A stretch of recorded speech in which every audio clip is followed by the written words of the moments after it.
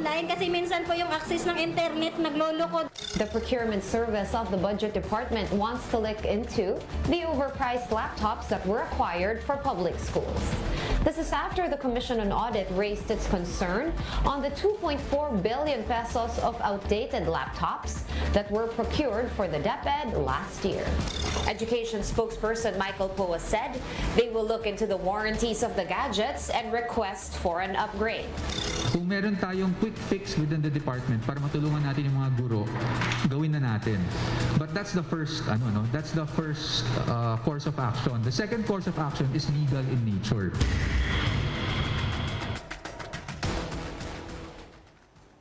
Preparations are in full swing for the resumption of classes on August 22. Between that date and November will be time to wean students and teachers from online learning. After that, it's full face-to-face classes.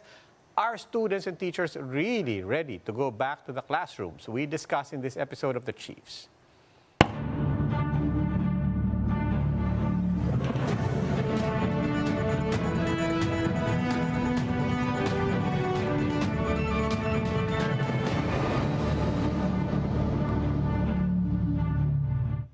Welcome to The Chiefs. Ako po si Roby Alampay. Kasama po natin online Luchi Cruz-Valdes of News 5 and maya-maya po sasamahan tayo ni aming Pamintuan of the Philippine Star. Good evening, Luchi. Hello, Roby. Ano bang na-monitor mong balita? Well, alam mo, ang pinag-uusapan din talaga aside from the opening of classes, which we will be discussing tonight, presyo pa rin, no? Oo. Presyo pa rin ng mga commodities, eh. Sibuyas. At dumarami yata ang mga nagtataas ng presyo, no? Hindi na mapigilan. And it's weird, Robbie, because prices of gasoline and diesel are falling down. And so people are wondering, bakit nagtataas ang mga commodities, no? So siguro the ordinary Filipino on the street, di ba? Ano ba nangyayari? Bumababa nga ng konti yung presyo ng gas, hindi tayo masyadong papanig doon, pero yung presyo naman ng mga commodities sa palengke, tumataas. We will see. Sana kumagat, di ba? Sana humabol. Kanina kausap namin sa Sana Big nga. Story, Finance Secretary Ben Jokno. And of course, he was talking about their confidence, government's confidence that we will still meet our growth targets by the end of the year, despite economists pointing out, as you said, the inflation, Yes. di ba? But their confidence is hinged Yes. on an economy that's starting to open up, more activity, more employment, and so on. And therefore, with that, with more efficient tax collection as well, more better tax effort, tataas ang revenues. And so, sana tali-tali na lahat yan. Di ba? Sana tama siya. Diba? I hope he's right because we're really all looking forward to a brighter Christmas. Well, the good news, Robbie, is COVID seems to, at least, seems to have gone down at the positivity rate and the number of cases, and baka raw mag-peak na by next week. Sana nga. Yan. So, sige, sana by Christmas, no? Ayos na. Oo, sana nga. Anyway, kasama na natin si Ami Pamintuan of the Philippine Star and diretso na tayo with that note. With Ami with us and on that note, Luchi, na ang COVID hopefully nagpipeak na. Let's bring in our first guest. Let's talk about school opening with Attorney Michael Poa. He is the spokesperson of the Department of Education. Good evening, Attorney Poa. Welcome to the Chiefs.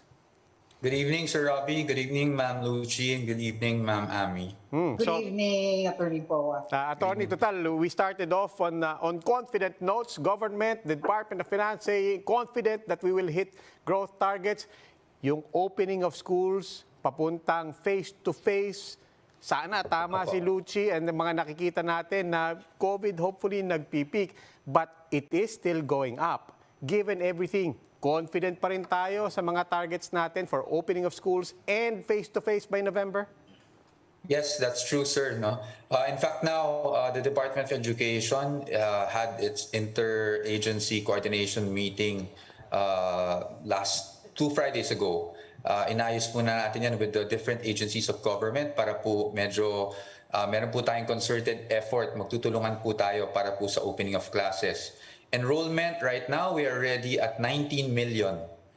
So we have 19 million learners that have enrolled as of today.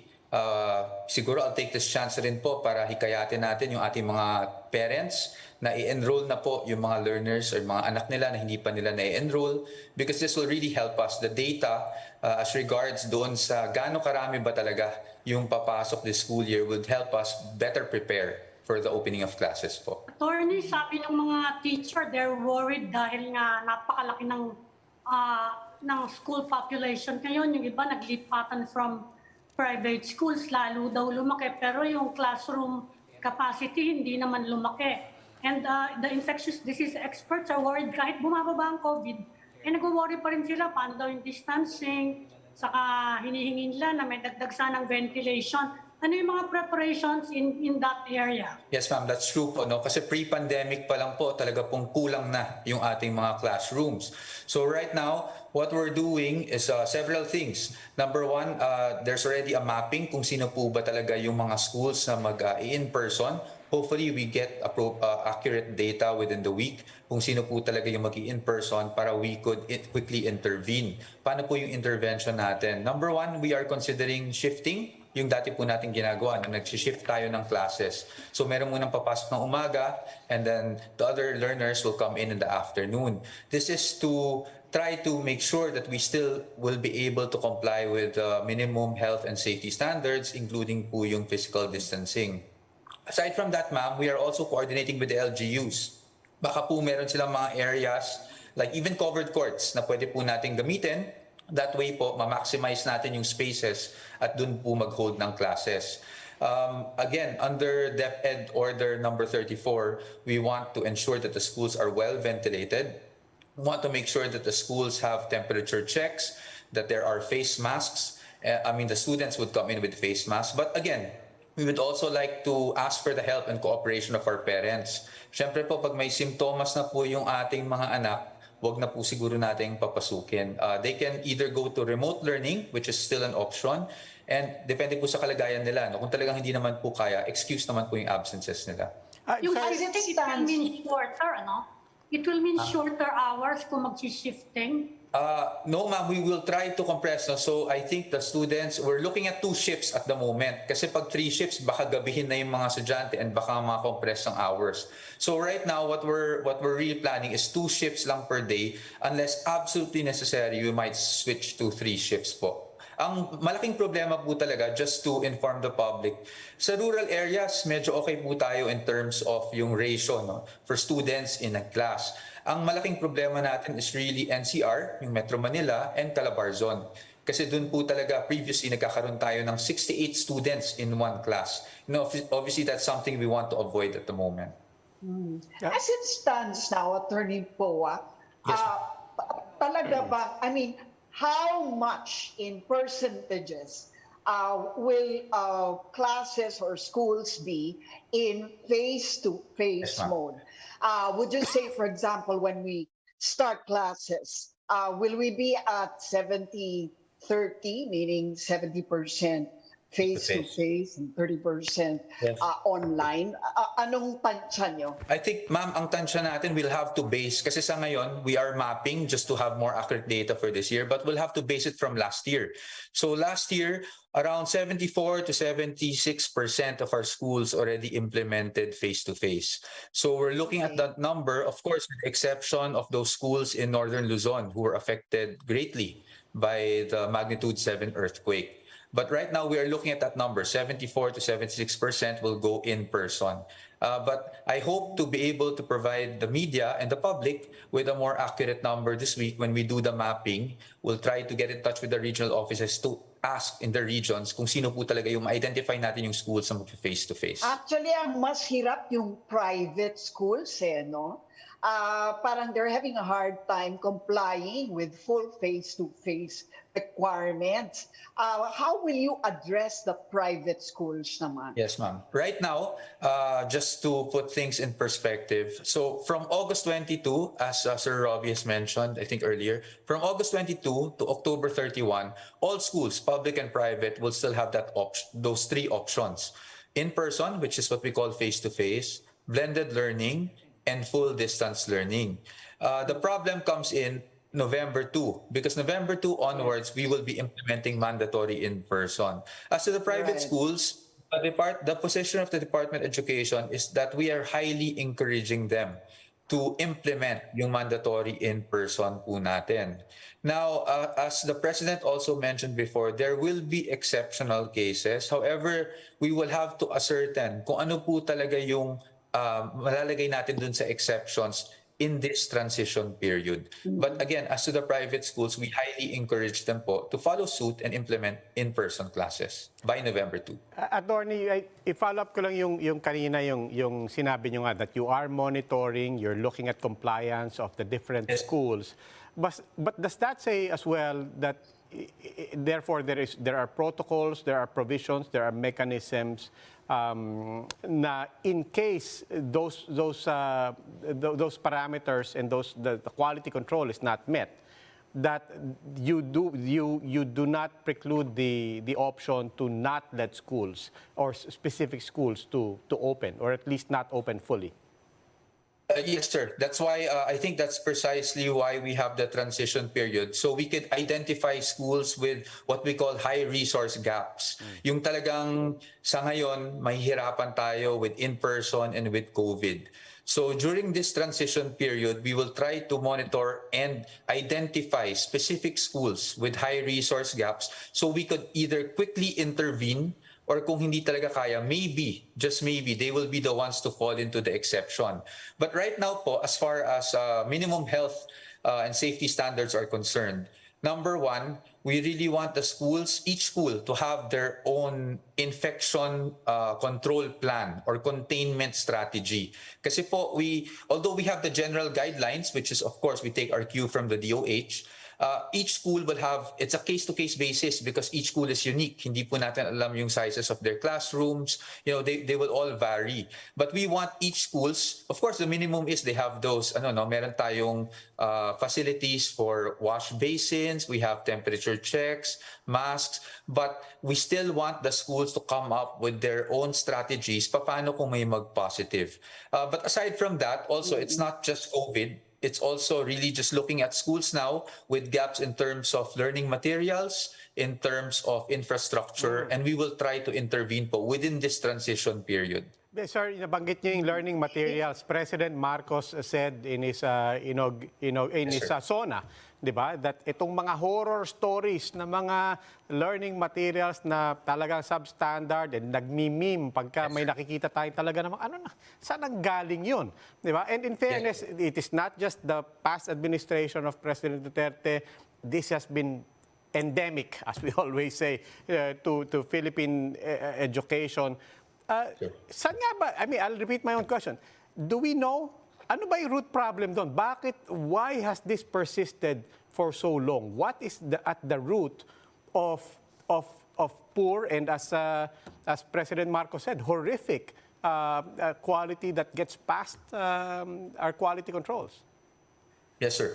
Right now, I apologize. I won't be able to give you really a direct answer because right now what we're doing is we are reviewing our K-12 program in general, specifically with grades 11 and 12.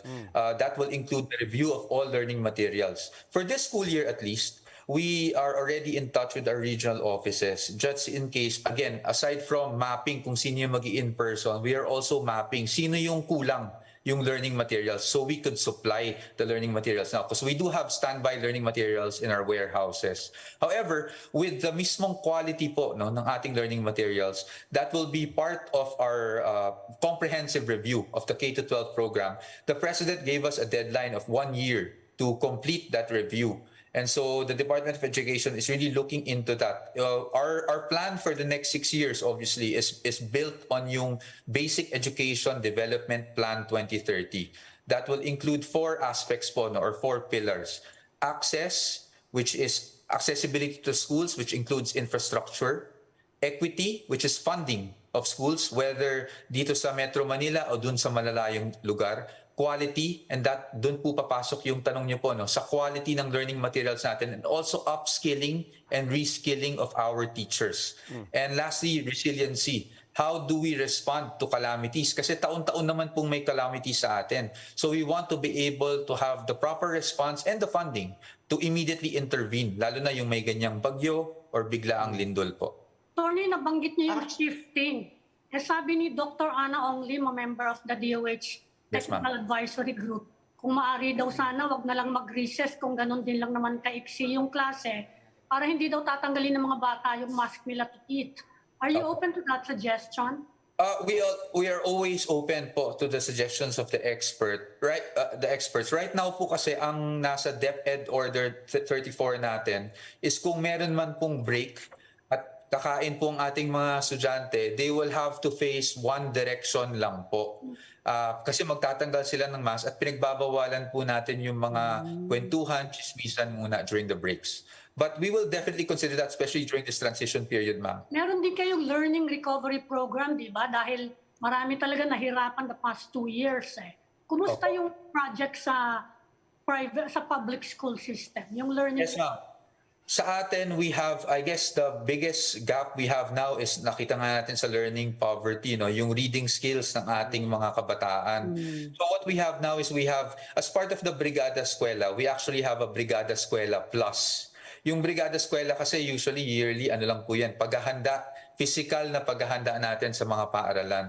But right now, we are launching yung Brigada Eskwela Plus. It will incorporate yung bawat bata bumabasa. So we will have parang after-school learning, reading programs for classes para po subukan nating ma-bridge yung gap. Obviously, these things will not happen overnight. Again, we are with the Basic Education Development Plan. That's our, let's say, Bible for the next 6 years. But right now, of course, for quick intervention, gusto po natin ma-address yung gap sa reading. Kasi sa reading literacy, medyo hirap po talaga tayo dyan, especially with the 2-year gap. We're hoping with the in-person coming back, yung mga hindi po nakapag-aral because of, I guess, wala pong pera para bumili ng gadgets or internet access is always a problem in our country. So with the in-person, medyo ma-bridge po natin yung gap. Plus, we will have all these reading tutorials or activities after school para po ma-bridge natin yung gap. At least that's the medium-term plan, ma'am. And then the long-term is obviously improving our curriculum. Attorney, what about the teachers? What kind of programs do we have for the teachers? I mean, we're always looking at the students, but we forget that the teachers also need training and they need a lot of support. And of course, this is aside from this, overpriced, allegedly, that were acquired, no? And I don't want to get into that because I know that that's the subject of ongoing probes right now. Yes, but I just want to focus on the teachers. What are we doing, toward making their plight a little more bearable in view of the limitations for teachers in this pandemic situation? Yes. Still, and the challenge to go, face to face. Yes. Thank you, Ma'am Luchi, for that question. So, sa teachers po, we are also focusing on the teachers.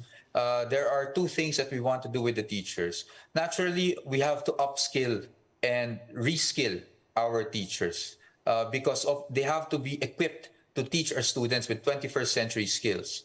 So the plan is, in our budget for next year, we are proposing for an 849 billion budget for next year that will include training programs for upskilling and reskilling our teachers. As regards STEM, we were in talks with the DICT during the interagency coordination meeting. They have plans of coming out with training programs specifically for teachers as to STEM, science, technology, engineering, math. So hopefully po, this will really come to fruition and we will be able to help them.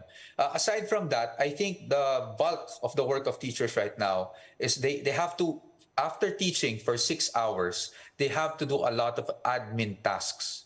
And that's really the focus of our Vice President and Secretary, Sara Duterte. She wants to reduce, if not totally eliminate, yung admin tasks. The thinking there, the intention there, is to have our teachers refocus on teaching itself. The admin tasks, we can leave that to non-teaching staff.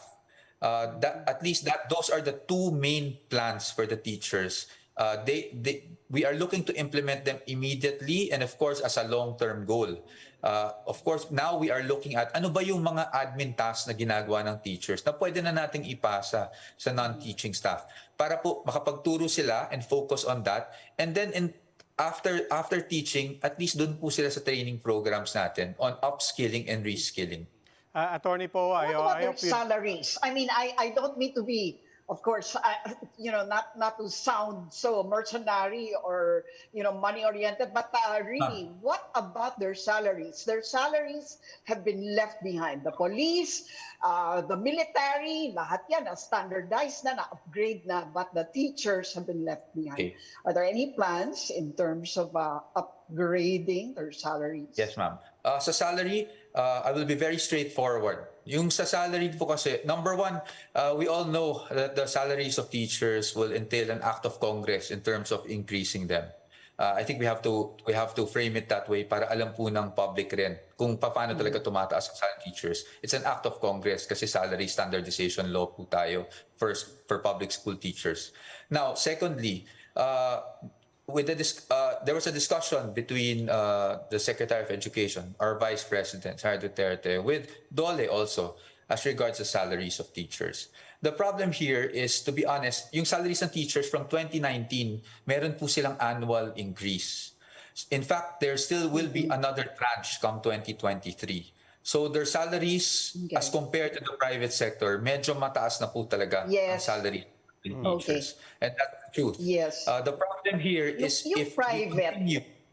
we continue with the increase of public teachers, the private sector will suffer. Now, most people say, why are we comparing them with the private sector? Because really, that's the most logical way of how you know that their salary scale is sufficient or not. If you're a lawyer, you compare yourself with the lawyers in the private sector. Same with teachers po. Yeah. The fear there is there will be an imbalance. If the salaries of the public school teachers are so high, the private school teachers might want to move into government or hindi na kaya tapatan ng private schools. But that's not to say that we are not heeding their calls. So we are now looking at non-wage, non-financial benefits that can help them. For example, on the ground, a lot of teachers have been asking for health insurance. And it's a very important thing kasi malaki po yung gastos nila in terms of medical care during the year. So these are things that we are looking at right now. But again, the salaries, it will entail an act of Congress to increase them. But on our part, the Department of Education, kung ano po yung magagawa namin, we are looking into non-wage benefits, non-financial benefits po. Attorney Poa, speaking of logically comparing to the private sector, I hope you don't mind. I do want to get a bit into this Intel Celeron computers. Yes, sir. With no prejudice to the findings and with all due respect to whatever investigations will find. And also to stress, this is not this administration. This happened in the last administration. But just the question of, because former Secretary Briones said, if I read that right, that this is not actually a DepEd issue. It is the procurement service of the DBM that's accountable here. I just want to know what the attitude of the current administration is to that point. Where is the accountability on something like this? Is it with the Department of Education, or is it with the procurement service of the DBM? And then I guess ikabit ko na yung question, whatever the protocols for that is, does that carry over to this current administration, and therefore, how do we make sure that this doesn't happen again? Yes, sir. Thank you, sir. So yes, this happened during the previous administration because this happened, the procurement was done in 2021. That being said, this administration will still have to respond to the AOM. So it's not like we can, of course, it's easy for us to say dating administration po yan. But we're talking about the institution here, which is the Department of Education. So we will be the ones responding pa rin po to the AOMs. Right now, if I may just give you the facts para mas clear po tayo. The AOM was issued sometime March 2022. The Department of Education actually responded to that AOM back in May 2022. Kasi ang dun po sa AOM, they were requiring the Department of Education to submit documents as to the pricing, as to the technical specs, as to what transpired during the procurement. So what the Department of Education, from my understanding, has submitted to COA would be the documents pertaining to the transfer of funds. Why the transfer of funds? Because the funds used here po were from Bayanihan 2. This was not an original program or project of the Department of Education. From Bayanihan 2, there was a laptop for teacher campaign, no? Because we needed to provide our teachers with the laptop since COVID was here and we were into remote instruction basically, so remote learning.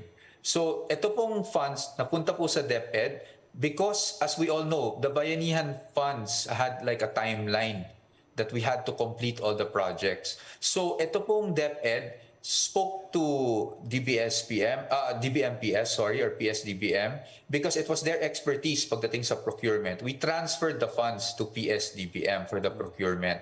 So the AOM, as to the pricing, as to these documents, kulang pa po siguro yung responses namin sa Department of Education. So right now, we are coordinating with COA. We have already written COA a letter saying that we will add on to the previous responses and supply the necessary documents. The documents po kasi are with PSDBM since they were the procuring entity. So we have also written, yesterday, we have written PSDBM formally with their new administration, who is also very cooperative, and we are asking them to give us these documents pertaining to the procurement, as to the pricing, as to the specs, as to what really transpired. And once we have those documents, we will then submit those documents po to COA. It's an AOM, it's just an audit observation memorandum, which government agencies get all the time, but we have to be able to justify why the price was such or why the technical specs were such. And in doing so, we're hoping that the AOM will be terminated. But at this point in time, I won't be able to really tell you, sir, if okay na to lahat, because again, we don't have the documents yet. But rest assured that we are closely coordinating with both agencies, and both agencies are very receptive naman po. In the meantime, is there a quick fix in the procurement process that got us here? Right now, sir, we are, of course, once we get the documents, we will try to look at the gaps. Because again, this was not a procurement made by DepEd in itself. So sa amin, if it's our procurement, of course, we have to review our process if we are fully compliant with 9184, RA 9184, which is a procurement law. But since this is a PSDBM procurement, we'll have to look at documents and identify if there were gaps. If there were gaps, rest assured we will address them.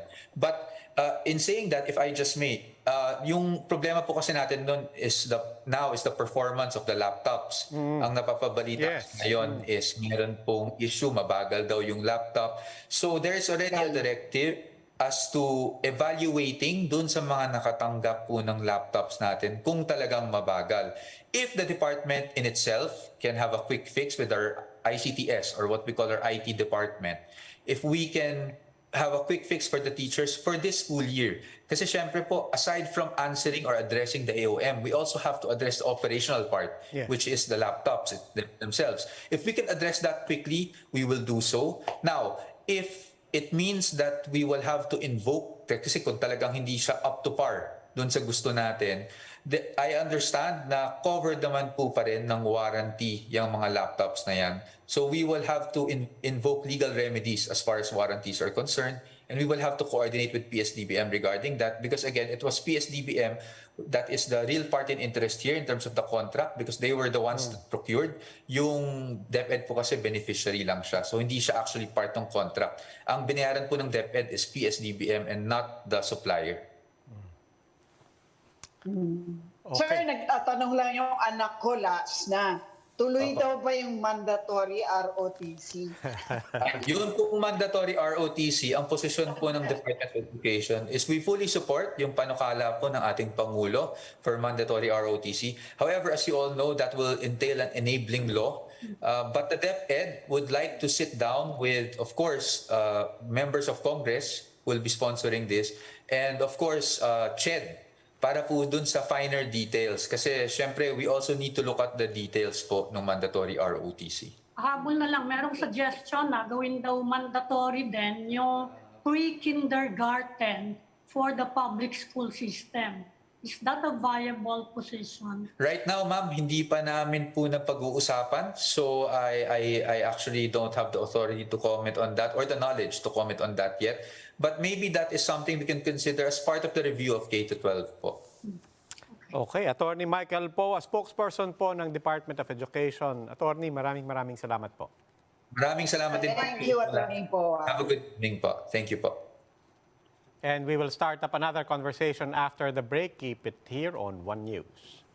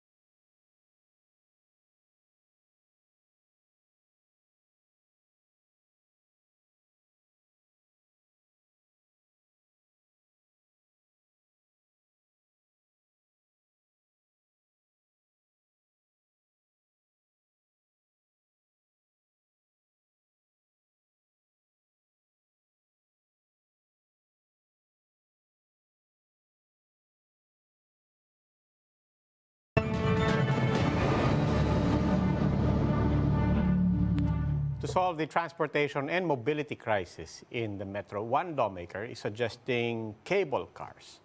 How feasible is this? Let's ask our guest, Engineer Rene Santiago. Engineer Santiago is a civil engineer, an urban planner, and a traffic expert. Maraming salamat po, Engineer. Welcome to the Chiefs. Good evening, Engineer. Good evening, Luchi, everyone. Sir, I'm glad to be your guest again. Let's go straight into this proposal. Cable cars and railways in general for our may iba ba to sa mga nakikita natin, MRT, LRT, mga trend for that matter? And what are the advantages, disadvantages, and the feasibility of this in Metro Manila? This is not the first time that the cable car was discussed or proposed. I recall in 2016, when Secretary Togade was announced as the appointee, that was about June 2016, he proposed that he committed or he promised to solve the traffic congestion in Metro Manila in 2 years by building a cable car from Los Baños to Makati. So it's not a new... Hindi ko na yun. In fact, Natural death. yeah, a lot of people forget it, but it's there documented. I think he had even an extensive presentation on it on the show of Winnie Monsod. And I remember being asked about it. How feasible ba is that? Let me say that it is feasible in a way it can be done or technically viable. No? I don't know if it's economically or financially viable. But there are areas, mga unique market niche na cable car is suited. Yeah. It emerged as a good transport alternative in some cities of the world, primarily I think in Medellin, Colombia, in another city in South America. Yeah. Mountainous area is ideal for cable car. In fact, in many cities in Switzerland, they are feeder to a main railway line. No? This was proposed in Baguio maybe 2 decades ago. Nothing happened. I remember Pasig City tried to explore that idea 2014, 2015 between Ortigas and Capitolio, that area, very short. And there was a proposal also by Mega World from Guadalupe to uptown Bonifacio, about 4 kilometers, of a cable car. They call it SkyTrain because it's cable car, but it's running on a rail. On a rail. Track. Railway siya. Pero saan ang mga terminal niyan, sir? Ano yung mga building, ang mga terminal, ganun? Yeah, it's similar to, Oo. if you remember the San Francisco cable car, Yes, yes. yung old car, it's a cable car. It's a tram car pulled by a cable underneath. Hindi po ba Yes. yun yung hindi po ba yun yung original yung the original Meralco, di ba? Metro, electric and rail. Di ba? Trambia. Those were cable. Trambia yun. Di ba? Trambia. Pero cable In the car old yun. times, in the old times there was a cable that pulls the rail or the car, no? And of course, the most popular image is a hanging ropeway, no? Yun, Because that has been popular in many resort areas. We have one in the Philippines, operational in Tagaytay Island for 2 or 3 decades now. Well, if you're playing golf in Tagaytay Island, you take a cable car. So It you're was talking proposed. about a Trambia pala. Trambia pala yung Well, pinag-uusapan that is one example of a cable car. Cable car pa rin It's yan. actually how it is propelled. A car Pero is- yung ropeway, sir, yung ropeway na hangin, Ropeway. pwede Ganon. po sa Metro Yes, Manila. there are some areas it's suited now, but you cannot consider it for long distance car kasi magkakabuhol-buhol yung kable ka nga. I think the average, that's why I was laughing when somebody was proposing in 2016 from Los Baños to Makati. Baka Trambia din Yung kasi ganun. iniisip. Masyado mahal, Ang proposal ni President Marcos, trains actually I'm thinking, What is niya is to decongest traffic Rapid by improving our transit, train yeah. services. I don't think that is the solution. If you're talking of traffic congestion, the fastest way to solve our problem now is to increase the supply of buses and jeepneys. We have a complete severe shortage of jeepneys and buses. And it's simply not because of physical quantity. They're there. It's because of 2 government policies Ano that restricted supply. yun? Ano po? One is they forced the fare level to below the increase in the fuel price. No? When diesel price went up to about 75 to 80, my calculation was 15 pesos was the minimum viable fare for a jeepney. But they forced it at 12, I think now it's 12, I think. And so no one would like to operate. That's the first restriction. Because the moment a jeepney driver goes out, he loses money. He is doing a social welfare service to the commuters. The second restriction is actually the LTFRB canceled all franchises na jeepneys during the pandemic, and they asked them to reapply based on new routes defined by LTFRB. Unfortunately, they haven't come out with a complete list of routes. They were able to for the buses, but none. So many of the buses and the jeepneys are not operating because they're not viable. Pero yung kay President Marcos, long-term yung train Kasi especially for cargo, babawasan daw yung mga truck dito sa loob ng Metro Manila. Again, it's a wrong conception, Luchi. None of the rail proposals in Metro Manila ongoing now or proposed are addressing cargo. They're all passenger mode. Passengers. The only one that is supposed to address cargo, which are non-existent anyway, is from Clark to Subic. There is a $50 million or so Subic-Clark Railway project, which is really not viable because there are very few container vans from Clark to Subic, and you have a very nice expressway from Clark to Subic, which barely have cargo traffic, no? So it's not always. Railway is the favorite solution of those who would like to make money. We have been obsessed with it. For a country like us, we will be very selective in choosing railway. It should not be Pero kasi, sir, Aren't we also trying to solve the traffic problem?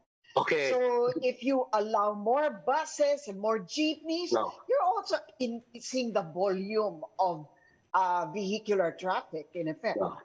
Well, true, our road the network is already beyond capacity, no, with reached saturation.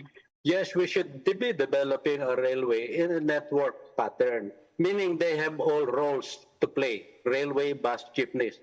You cannot have railway alone. In fact, our railway system only accounts for carrying about less than 10% of daily traffic before pandemic. Kaya gusto the nila buses- dagdagan. Yeah, but Oo. it will take you years before then Apa. to do so. Takes time, very expensive. There are less expensive solutions, no? One, you really have to improve our buses and jeepneys by making the roads possible. Pero, bulilyaso yung implementation palagi. Yung mga BRT. Engineer, if I'm hearing you right, mag-invest tayo sa trains, mass transport, of course, over private cars, over more roads. That's one. But you're also saying that because train systems take a long time, the cheaper and faster solution to get us out of here is actually yung nandyan na, as you said, yung bus at saka yung mga jeepneys. And the problem is policy and design, essentially, and route planning. Yes. Where are we going wrong, in particular, in maximizing the routes, in designing the routes well and wisely? What are we doing wrong with that? Una, they haven't completed the list of routes for jeepneys. They have completed the routes for buses. It's about 31 routes. And when they implemented it, there was already some misapplication. For example, the EDSA carousel was not supposed to be in the middle of EDSA. It was still on the side, on the curb side, with 2 lanes.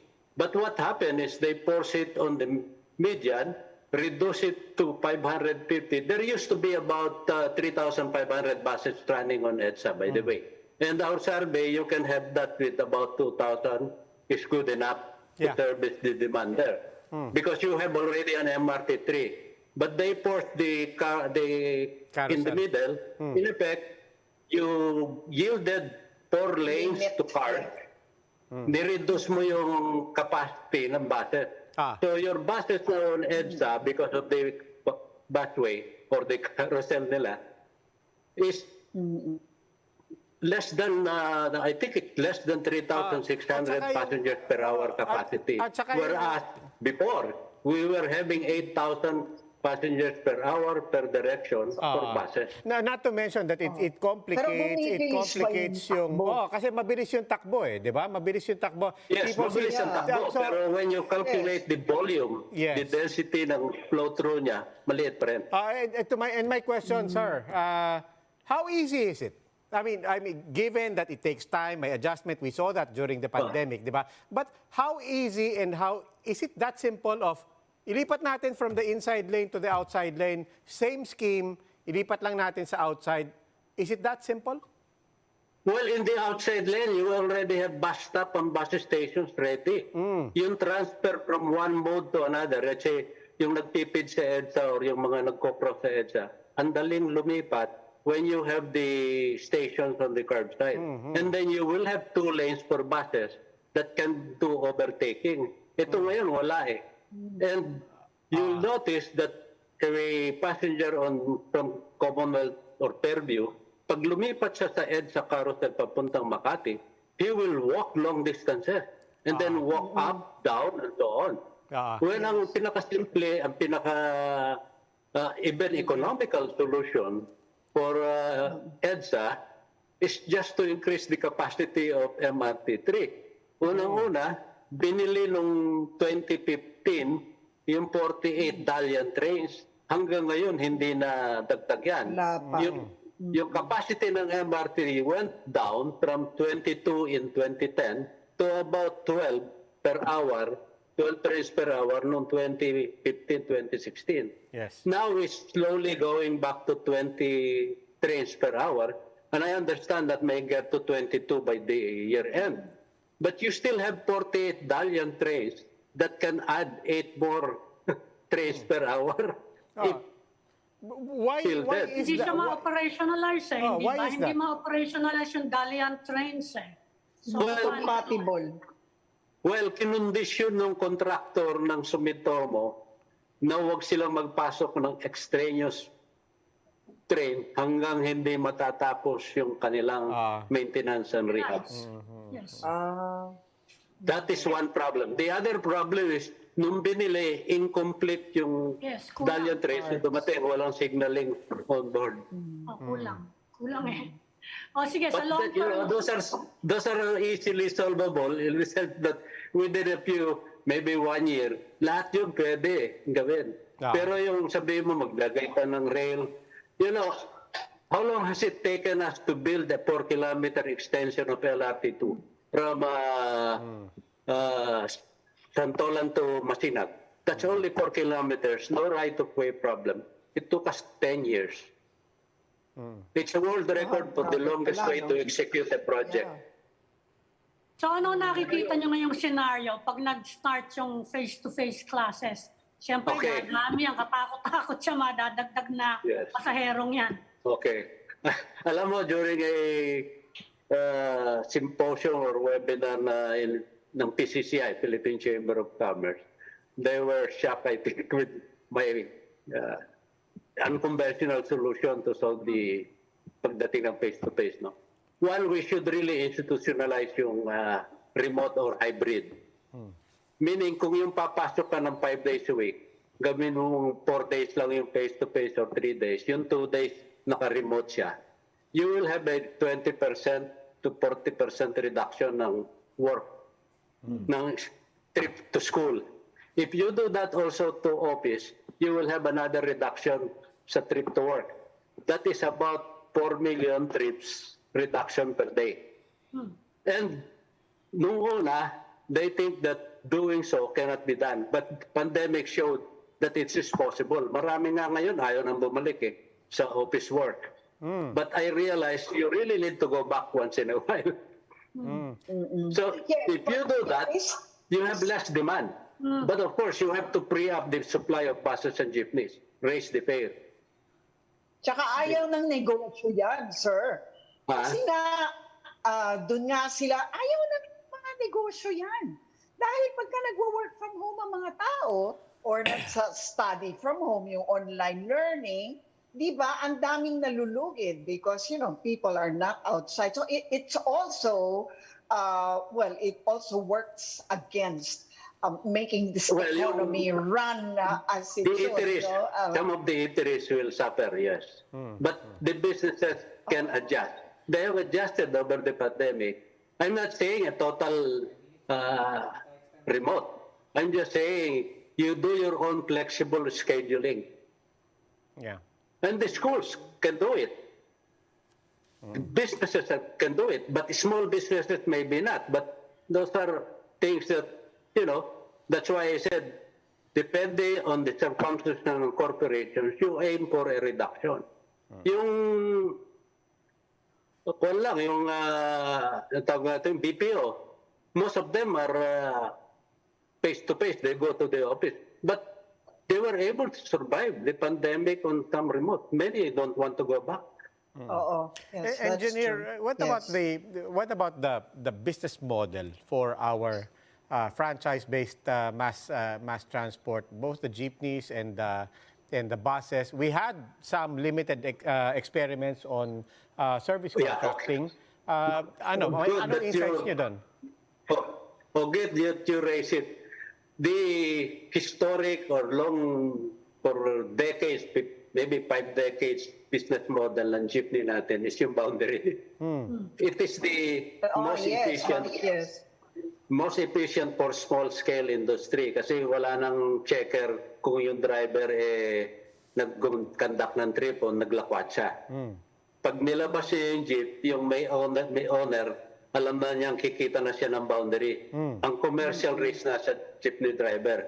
But unfortunately, when you have most of them operating in the city, that is very uneconomical sa traffic because you have empty jeepneys waiting for rides and competing for what.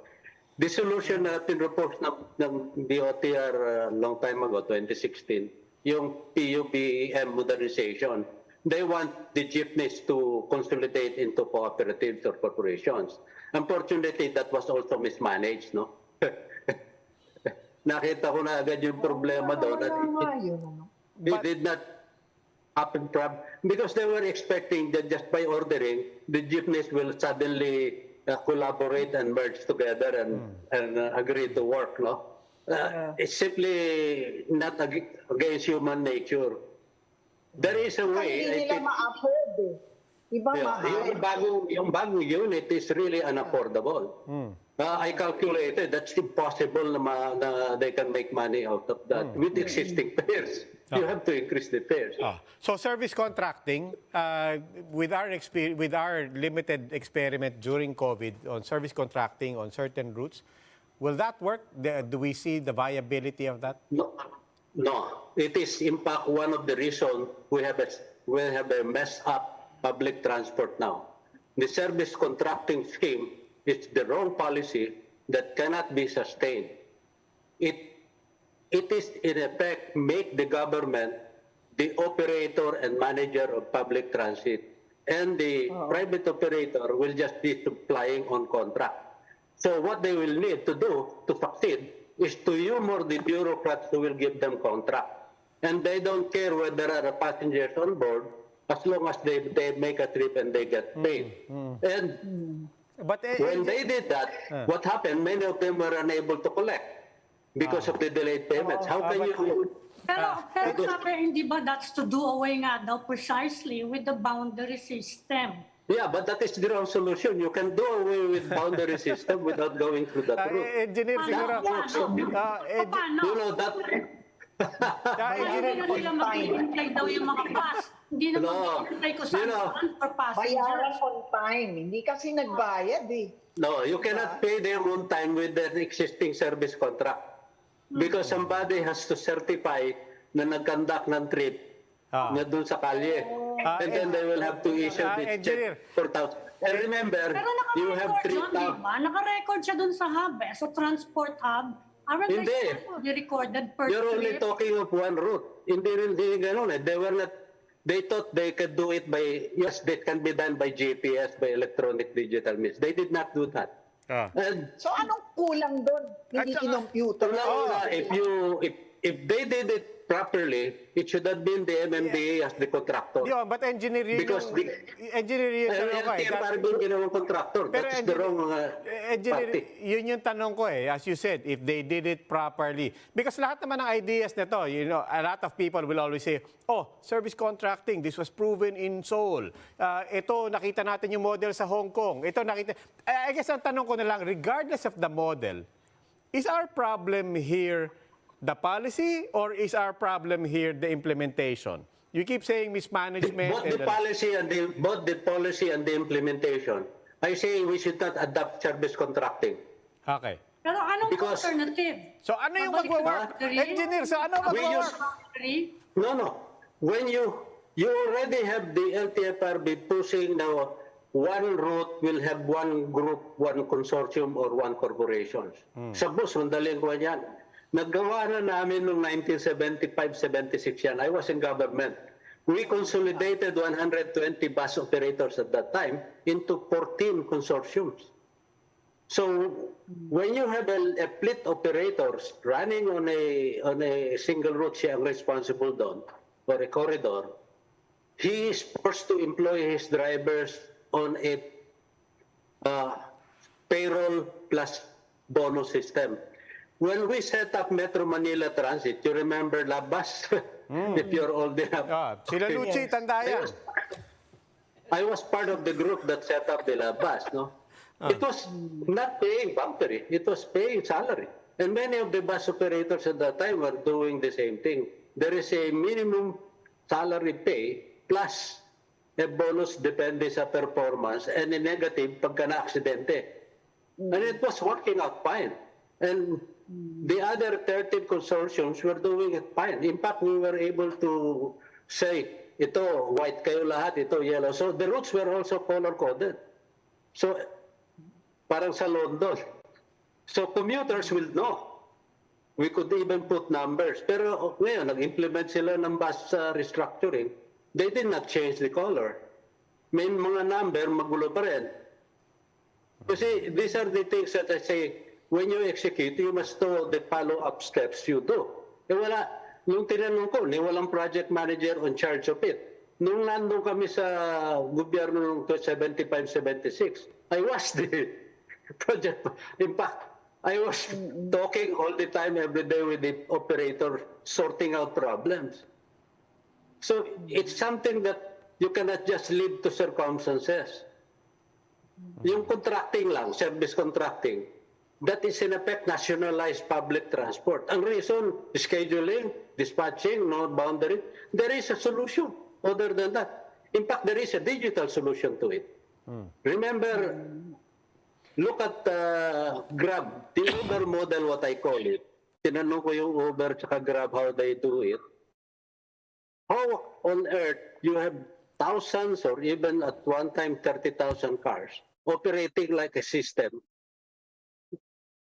without being on the payroll ng Grab? They don't even own the unit. So you can do the same Uber model on top of buses and jeepneys. So you will know which jeepneys goes through, and you can monitor the drivers there, and you can pay them on the basis of non-service contracting. The service contracting will kill the initiative and decrease supply. Okay. Anyway, mukhang matagal-tagal pa po ang traffic at saka mobility crisis natin. We're sure matutuloy pa natin yung usapan na to. Yeah, hindi masosolve the way things are now happening. Gapa. Engineer Rene Santiago, sir, maraming salamat po.